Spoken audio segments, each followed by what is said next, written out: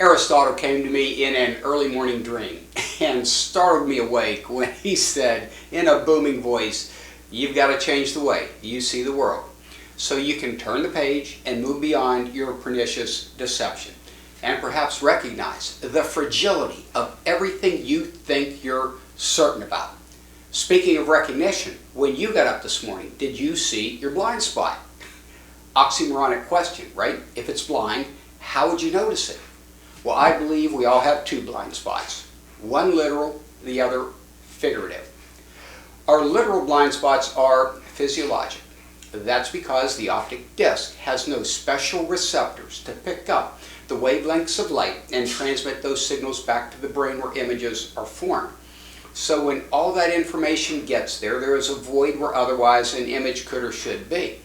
But if there's a void there, why don't we see it? That's because the brain tricks us. It takes what it sees in its immediate environment and combines it with memories and experiences of past similar environments. And it fills that void with a virtual image of what it believes should be there. And that's not a whole lot unlike our figurative blind spots that are best handled with some questions. What are we certain about? Why? What forms the basis of that certainty?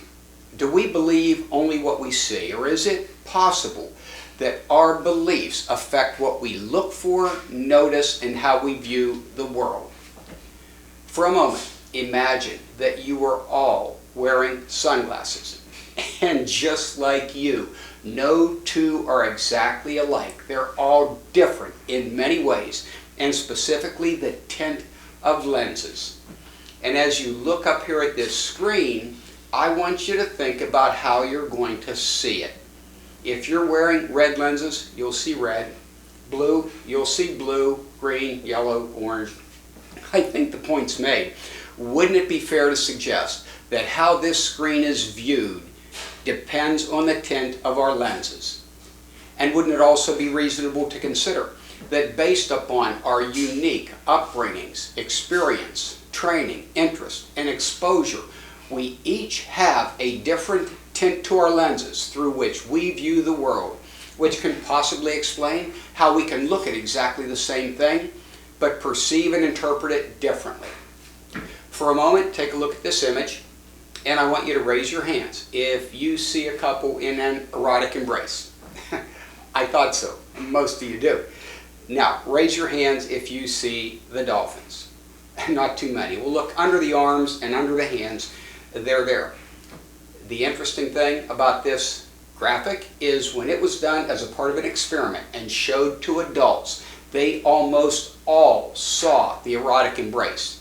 Yet when shown to children who had yet to undergo any type of sexual exposure, so to speak, they saw the dolphins.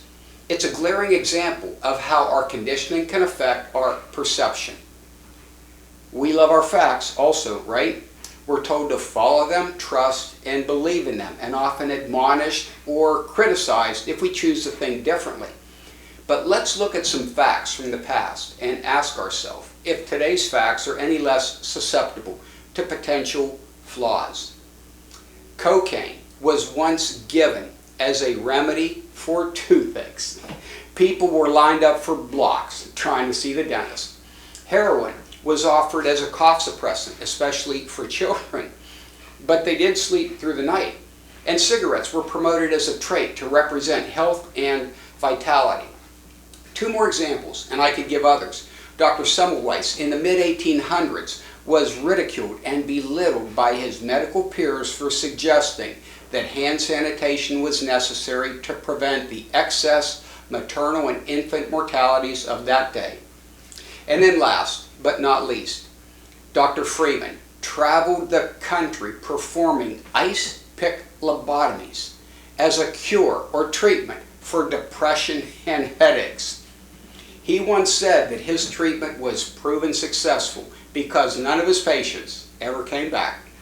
Go figure. Most likely, we're similar in our desire for the truth, but lately I begin to wonder, where do I find my truth? Is it truth we want, or truth that fits our needs and our beliefs? Is it possible that one person's truth, different from ours, could have equal, if not perhaps more, validity? Perhaps the selective and personal nature of truth was best articulated by this 13th century sage who said, "Truth is a mirror fallen from the hand of God. Everyone picks up but a fragment, feeling that their truth represents the whole truth."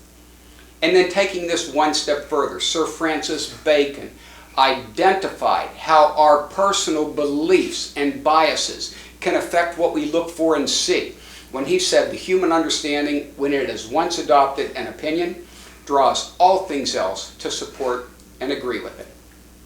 And then there's Joan Didion, who showed us how easy it is to deceive ourselves and not even be aware of it, when she wrote, "Most of our platitudes notwithstanding, self-deception remains the most difficult, and I'd suggest pernicious of deceptions."